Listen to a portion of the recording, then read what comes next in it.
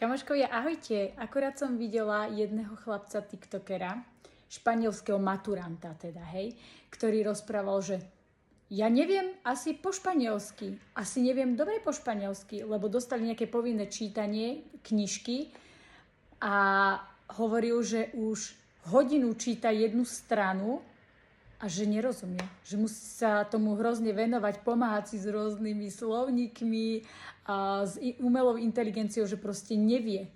A to je Španiel, maturant, ktorý maturuje z nejakého diela. A chcem tým povedať to, že pravdepodobne si myslím, že je to nejaké staršie dielo, kedy sa rozprávalo takými slovami, viete, ako keď my po slovensky čítame nejaké dielo, ktoré je povinné čítanie a používajú tam úplne jazyk a slova, ktoré v živote takto reálnom človek nepoužíva.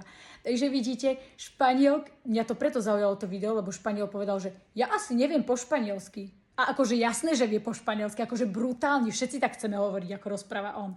Ale chcem vám ukázať to, že aj Španieli stále môžu pokročiť v tom svojom jazyku, tak ako my môžeme pokročiť v slovenskom jazyku. Takže ak to my máme ako druhý jazyk, nič sa nedieje, lebo aj Španieli sú niekedy zúfali z toho, že sa učia nejakú gramatiku alebo nejaké slova, ktorým nerozumejú. Takže vás chcem povzbudiť. Aj seba, aj teba, aj všetkých. Čaute.